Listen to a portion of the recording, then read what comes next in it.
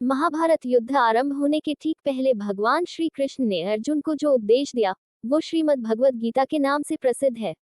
यह उपदेश गीत के रूप में दिया गया था, इसलिए इसे गीता कहा जाता है, तथा गीत के रूप में यह उपदेश भगवान श्री कृष्ण के द्वारा दिया गया था, इसलिए इसे भगवत गीता कहा जाता है।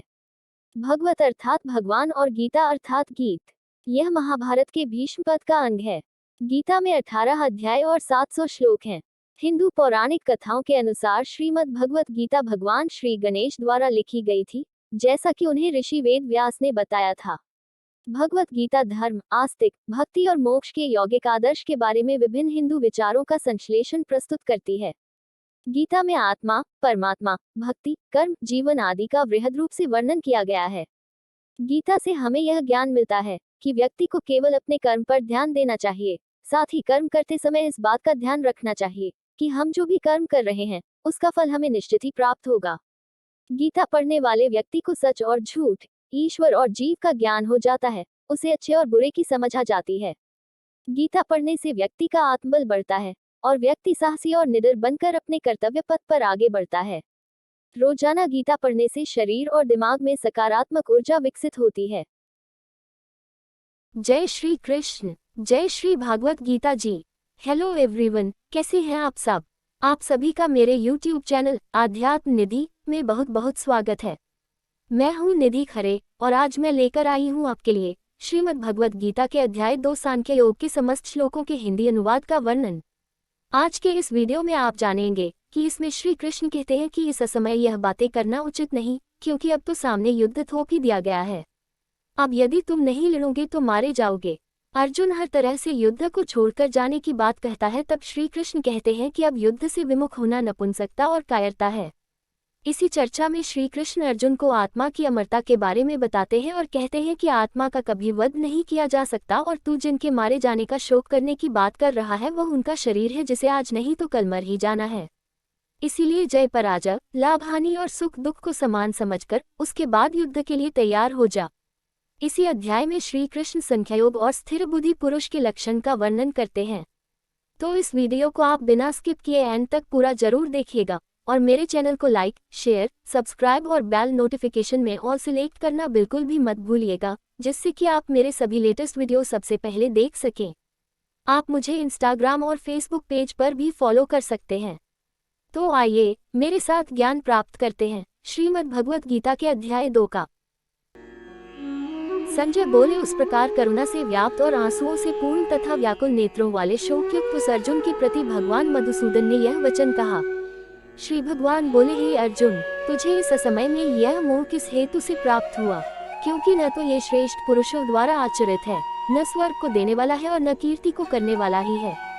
इसलिए हे अर्जुन, नपुंसकता को मत प्राप्त हो, तुझमें यह उचित नहीं जान पड़ती।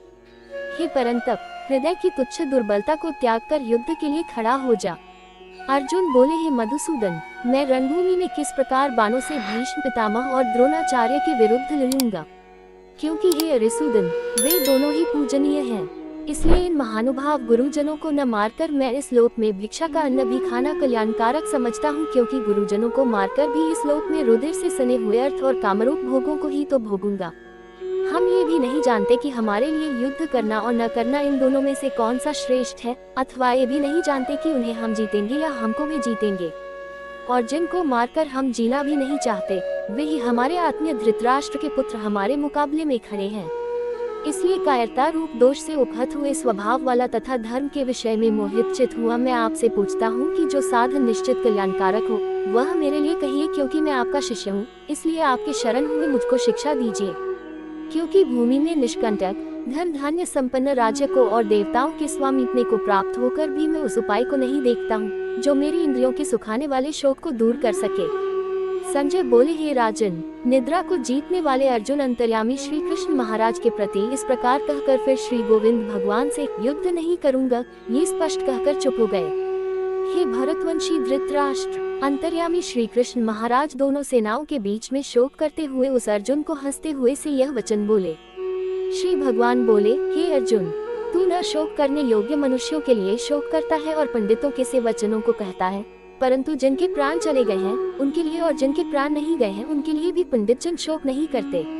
न तो ऐसा ही है कि मैं किसी काल में नहीं था, तू नहीं था अथवा ये राजा लोग नहीं थे, और न ऐसा ही है कि इससे आगे हम सब नहीं रहेंगे। जैसे जीवात्मा की इस देह में बालकपन, जवानी और वृद्धावस्था होती है, वैसे ही अन्य शरीर की प्राप्ति होती है, उस विषय में धीर पुरुष मोहित नहीं होता। हे कुंती पुत्र, सर्दी गर्मी और सुख दुख को देने वाले इंद्रियों और विषयों के संयोग तो उत्पत्ति विनाशशील और अनित्य हैं, इसलिए हे भारत उनको तू सहन कर, क्योंकि हे पुरुष श्रेष्ठ, दुख सुख को समान समझने वाले जिस धीर पुरुष को ये इंद्रियों और विषयों के संयोग व्याकुल नहीं करते, वह मोक्ष के योग्य होता है। असत वस्तु की तो सत्ता नहीं है और सत का अभाव नहीं है। इस प्रकार इन दोनों का ही तत्व तत्वज्ञानी पुरुषों द्वारा देखा गया है। नाशरित तो तू उसको जान जिससे ये संपूर्ण जगत दृश्यवर व्याप्त है। इस अविनाशी का विनाश करने में कोई भी समर्थ नहीं है। इस नाशरहित अप्रमेय नित्य स्वरूप जीवात्मा के ये सब शरीर नाशवान कहे गए हैं। इसलिए हे भरतवंशी अर्जुन, तू युद्ध कर। जो इस आत्मा को मारने वाला समझता है तथा जो इसको मरा मानता है, वे दोनों ही नहीं जानते, क्योंकि यह आत्मा वास्तव में न तो किसी को मारता है और न किसी द्वारा मारा जाता है। यह आत्मा किसी काल में भी न तो जन्मता है और न मरता ही है, तथा न यह उत्पन्न होकर फिर होने वाला ही है, क्योंकि यह जन्मा नित्य सनातन और पुरातन है। शरीर के मारे जाने पर भी यह नहीं मारा जाता। हे पृथापुत्र अर्जुन, जो पुरुष इस आत्मा को नाशरहित नित्य अजन्मा और अव्यय जानता है, वह पुरुष कैसे किसको मरवाता है और कैसे किसको मारता है। जैसे मनुष्य पुराने वस्त्रों को त्याग कर दूसरे नए वस्त्रों को ग्रहण करता है, वैसे ही जीवात्मा पुराने शरीरों को त्याग कर दूसरे नए शरीरों को प्राप्त होता है। इस आत्मा को शस्त्र नहीं काट सकते, इसको आग नहीं जला सकती, इसको जल नहीं गला सकता और वायु नहीं सुखा सकता, क्योंकि यह आत्मा अच्छेद्य है। यह आत्मा अदाह्य अक्लेद्य और निसंदेह अशोष्य है, तथा यह आत्मा नित्य सर्वव्यापी अचल स्थिर रहने वाला और सनातन है। यह आत्मा अव्यक्त है, यह आत्मा अचिंत्य है और यह आत्मा विकाररहित कहा जाता है। इससे हे अर्जुन, इस आत्मा को उपर्युक्त प्रकार से जानकर तू शोक करने के योग्य नहीं है, अर्थात तुझे शोक करना उचित नहीं है। किंतु यदि तू इस आत्मा को सदा जन्मने वाला तथा सदा मरने वाला मानता हो, तो भी हे महाबाहो, तू इस प्रकार शोक करने योग्य नहीं है, क्योंकि इस मान्यता के अनुसार जन्मे हुए की मृत्यु निश्चित है और मरे हुए का जन्म निश्चित है। इससे भी इस बिना उपाय वाले विषय में तू शोक करने योग्य नहीं है। हे अर्जुन, संपूर्ण प्राणी जन्म से पहले अप्रकट थे और मरने के बाद भी अप्रकट हो जाने वाले हैं, केवल बीच में ही प्रकट है। फिर ऐसी स्थिति में क्या शोक करना है। कोई एक महापुरुष ही इस आत्मा को आश्चर्य की भांति देखता है और वैसे ही दूसरा कोई महापुरुष ही इसके तत्व का आश्चर्य की भांति वर्णन करता है, तथा दूसरा कोई अधिकारी पुरुष ही इसे आश्चर्य की भांति सुनता है, और कोई कोई तो सुनकर भी इसको नहीं जानता। हे अर्जुन, यह आत्मा सबके शरीर में सदा ही अवध्य, जिसका वध नहीं किया जा सके है। इस कारण संपूर्ण प्राणियों के लिए तू शोक करने योग्य नहीं है, तथा अपने धर्म को देखकर भी तू भय करने योग्य नहीं है, अर्थात तुझे भय नहीं करना चाहिए, क्योंकि क्षत्रिय के लिए धर्मयुक्त युद्ध से बढ़कर दूसरा कोई कल्याणकारी कर्तव्य नहीं है। हे पार्थ, अपने आप प्राप्त हुए और खुले हुए स्वर्ग के द्वार रूप इस प्रकार के युद्ध को भाग्यवान क्षत्रिय लोग ही पाते हैं। किंतु यदि तू इस धर्मयुक्त युद्ध को नहीं करेगा तो स्वधर्म और कीर्ति को खोकर पाप को प्राप्त होगा, तथा सब लोग तेरी बहुत काल तक रहने वाली अपकीर्ति का भी कथन करेंगे, और माननीय पुरुष के लिए अपकीर्ति मरण से भी बढ़कर है। और जिनकी दृष्टि में तू पहले बहुत सम्मानित होकर अब लघुता को प्राप्त होगा, वे महारथी लोग तुझे भय के कारण युद्ध से हटा हुआ मानेंगे।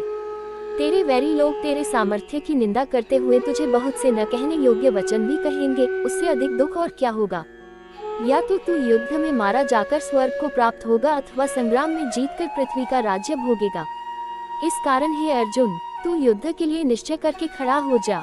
जय पराजय, लाभ हानि और सुख दुख को समान समझकर उसके बाद युद्ध के लिए तैयार हो जा। इस प्रकार युद्ध करने से तू पाप को नहीं प्राप्त होगा। हे पार्थ, ये बुद्धि तेरे लिए ज्ञान योग के विषय में कही गई, और अब तू इसको कर्मयोग के विषय में सुन। जिस बुद्धि से युक्त हुआ तू कर्मों के बंधन को भली भांति त्याग देगा, अर्थात सर्वथा नष्ट कर डालेगा। इस कर्मयोग में आरंभ का अर्थात बीज का नाश नहीं है, और उल्टा फलरूप दोष भी नहीं है, बल्कि इस कर्मयोग रूप धर्म का थोड़ा सा भी साधन जन्म मृत्यु रूप महान भय से रक्षा कर लेता है। हे अर्जुन, इस कर्मयोग में निश्चयात्मिका बुद्धि एक ही होती है, किंतु अस्थिर विचार वाले विवेकहीन सकौम मनुष्यों की बुद्धियां निश्चय ही बहुत भेदों वाली और अनंत होती हैं। हे अर्जुन, जो भोगों में तन्मय हो रहे हैं, जो कर्मफल के प्रशंसक वेदवाक्यों में ही प्रीति रखते हैं, जिनकी बुद्धि में स्वर्ग ही परम प्राप्य वस्तु है और जो स्वर्ग से बढ़कर दूसरी कोई वस्तु ही नहीं है ऐसा कहने वाले हैं, वे अविवेकी जन इस प्रकार की जिस पुष्पित अर्थात दिखाओ शोभायुक्त वाणी को कहा करते हैं, जो कि जन रूप कर्म फल देने वाली एवं भोग तथा ऐश्वर्य की प्राप्ति के लिए नाना प्रकार की बहुत सी क्रियाओं का वर्णन करने वाली है। उस वाणी द्वारा जिनका चित्त हर लिया गया है, जो भोग और ऐश्वर्य में अत्यंत आसक्त हैं, उन पुरुषों की परमात्मा में निश्चयात्मिका बुद्धि नहीं होती। हे अर्जुन, वेद उपर्युक्त प्रकार से तीनों गुणों के कार्य रूप समस्त भोगों एवं उनके साधनों का प्रतिपादन करने वाले हैं, इसलिए तू उन भोगों एवं उनके साधनों में आसक्तिहीन, हर्ष शोकादि द्वंद्वों से रहित नित्य वस्तु परमात्मा में स्थित योग अप्राप्त की प्राप्ति का नाम योग है। क्षेम प्राप्त वस्तु की रक्षा का नाम क्षेम है। को न चाहने वाला और स्वाधीन अंतःकरण वाला हो। सब ओर से परिपूर्ण जलाशय के प्राप्त हो जाने पर छोटे जलाशय में मनुष्य का जितना प्रयोजन रहता है, ब्रह्म को तत्व से जानने वाले ब्राह्मण का समस्त वेदों में उतना ही प्रयोजन रह जाता है। तेरा कर्म करने में ही अधिकार है, उसके फलों में कभी नहीं। इसलिए तू कर्मों के फल हेतु मत हो तथा तेरी कर्म न करने में भी आसक्ति न हो। हे धनंजय, तू आसक्ति को त्याग कर तथा सिद्धि और असिद्धि में समान बुद्धि वाला होकर योग में स्थित हुआ कर्तव्य कर्मों को कर। समत्व, जो कुछ भी कर्म किया जाए उसके पूर्ण होने और न होने में तथा उसके फल में संभाव रहने का नाम समत्व है, ही योग कहलाता है। इस समत्व रूप बुद्धि योग से सकौम कर्म अत्यंत ही निम्न श्रेणी का है। इसलिए हे धनंजय, तू समबुद्धि में ही रक्षा का उपाय ढूंढ अर्थात बुद्धि योग का ही आश्रय ग्रहण कर, क्योंकि फल के हेतु बनने वाले अत्यंत दीन है। समबुद्धि युक्त पुरुष पुण्य और पाप दोनों को इसी लोक में त्याग देता है अर्थात उनसे मुक्त हो जाता है। इससे तू समत्व रूप योग में लग जा। ये समत्व रूप योग ही कर्मों में कुशलता है अर्थात कर्मबंध से छूटने का उपाय है, क्योंकि समबुद्धि से युक्त ज्ञानी जन कर्मों से उत्पन्न होने वाले फल को त्याग कर जन्मरूप बंधन से मुक्त हो निर्विकार परम पद को प्राप्त हो जाते हैं। जिस काल में तेरी बुद्धि मोहरूपी दलदल को भली भांति पार कर जाएगी, उस समय तू सुने हुए और सुनने में आने वाले इस लोक और परलोक संबंधी सभी भोगों से वैराग्य को प्राप्त हो जाएगा। भांति भांति के वचनों को सुनने से विचलित हुई तेरी बुद्धि जब परमात्मा में अचल और स्थिर ठहर जाएगी, तब तू योग को प्राप्त हो जाएगा अर्थात तेरा परमात्मा से नित्य संयोग हो जाएगा। अर्जुन बोले, ही केशव, समाधि में स्थित परमात्मा को प्राप्त हुए स्थिर बुद्धि पुरुष का क्या लक्षण है? वह स्थिर बुद्धि पुरुष कैसे बोलता है, कैसे बैठता है और कैसे चलता है? श्री भगवान बोले, ही अर्जुन, जिस काल में ये पुरुष मन में स्थित संपूर्ण कामनाओं को भली भांति त्याग देता है और आत्मा से आत्मा में ही संतुष्ट रहता है, उस काल में वह स्थित प्रज्ञ कहा जाता है। दुखों की प्राप्ति होने पर जिसके मन में उद्वेग नहीं होता, सुखों की प्राप्ति में सर्वथा निष्प्रह है तथा जिसके राग, भय और क्रोध नष्ट हो गए हैं, ऐसा मुनि स्थिर बुद्धि कहा जाता है। जो पुरुष सर्वत्र स्नेहरहित हुआ उस शुभ या अशुभ वस्तु को प्राप्त होकर न प्रसन्न होता है और न द्वेष करता है, उसकी बुद्धि स्थिर है। और कछुआ सब ओर से अपने अंगों को जैसे समेट लेता है, वैसे ही जब एक पुरुष इंद्रियों के विषयों से इंद्रियों को सब प्रकार से हटा लेता है, तब उसकी बुद्धि स्थिर है, ऐसा समझना चाहिए। इंद्रियों द्वारा विषयों को ग्रहण न करने वाले पुरुष के भी केवल विषय तो निवृत्त हो जाते हैं, परंतु उनमें रहने वाली आसक्ति निवृत्त नहीं होती। इस स्थित प्रज्ञ पुरुष की तो आसक्ति भी परमात्मा का साक्षात्कार करके निवृत्त हो जाती है। हे अर्जुन, आसक्ति का नाश न होने के कारण ये प्रमथन स्वभाव वाली इंद्रियां यत्न करते हुए बुद्धिमान पुरुष के मन को भी बलात् हर लेती हैं। इसलिए साधक को चाहिए कि वह उन संपूर्ण इंद्रियों को वश में करके समाहित चित हुआ मेरे परायण होकर ध्यान में बैठे, क्योंकि जिस पुरुष की इंद्रियां वश में होती है उसी की बुद्धि स्थिर हो जाती है। विषयों का चिंतन करने वाले पुरुष की उन विषयों में आसक्ति हो जाती है, आसक्ति से उन विषयों की कामना उत्पन्न होती है और कामना में विघ्न पड़ने से क्रोध उत्पन्न होता है। क्रोध से अत्यंत मूढ़ भाव उत्पन्न हो जाता है, मूढ़ भाव से स्मृति में भ्रम हो जाता है, स्मृति में भ्रम हो जाने से बुद्धि अर्थात ज्ञान शक्ति का नाश हो जाता है और बुद्धि का नाश हो जाने से यह पुरुष अपनी स्थिति से गिर जाता है। परंतु अपने अधीन किए हुए अंतःकरण वाला साधक अपने वश में की हुई राग द्वेष रहित इंद्रियों द्वारा विषयों में विचरण करता हुआ अंतःकरण की प्रसन्नता को प्राप्त होता है। अंतःकरण की प्रसन्नता होने पर इसके संपूर्ण दुखों का अभाव हो जाता है और उस प्रसन्नचित वाले कर्मयोगी की बुद्धि शीघ्र ही सब ओर से हटकर एक परमात्मा में ही भली भांति स्थिर हो जाती है। न जीते हुए मन और इंद्रियों वाले पुरुष में निश्चयात्मिका बुद्धि नहीं होती और उपयुक्त मनुष्य के अंतःकरण में भावना भी नहीं होती तथा भावनाहीन मनुष्य को शांति नहीं मिलती और शांति रहित मनुष्य को सुख कैसे मिल सकता है? क्योंकि जैसे जल में चलने वाली नाव को वायु हर लेती है, वैसे ही विषयों में विचरती हुई इंद्रियों में से मन जिस इंद्रिय के साथ रहता है, वह एक ही इंद्रिय संयुक्त पुरुष की बुद्धि को हर लेती है। इसलिए हे महाबाहो, जिस पुरुष की इंद्रियों के विषयों में सब प्रकार निग्रह की हुई है, उसी की बुद्धि स्थिर है। संपूर्ण प्राणियों के लिए जो रात्रि के समान है, उस नित्य ज्ञान स्वरूप परमानंद की प्राप्ति में स्थित प्रज्ञ योगी जागता है, और जिस नाशवान सांसारिक सुख की प्राप्ति में सब प्राणी जागते हैं, परमात्मा के तत्व को जानने वाले मुनि के लिए वह रात्रि के समान है। जैसे नाना नदियों के जल सब ओर से परिपूर्ण अचल प्रतिष्ठा वाले समुद्र में उसको विचलित न करते हुए ही समा जाते हैं, वैसे ही सब भोग जिस स्थितप्रज्ञ पुरुष में किसी प्रकार का विकार उत्पन्न किए बिना ही समा जाते हैं, वही पुरुष परम शांति को प्राप्त होता है, भोगों को चाहने वाला नहीं। जो पुरुष संपूर्ण कामनाओं को त्याग कर ममता रहित, अहंकार रहित और स्पृहा रहित हुआ विचरता है, वही शांति को प्राप्त होता है, अर्थात वह शांति को प्राप्त है। हे अर्जुन, ये ब्रह्म को प्राप्त हुए पुरुष की स्थिति है। इसको प्राप्त होकर योगी कभी मोहित नहीं होता और अंतकाल में भी इस ब्राह्मी स्थिति में स्थित होकर ब्रह्मानंद को प्राप्त हो जाता है।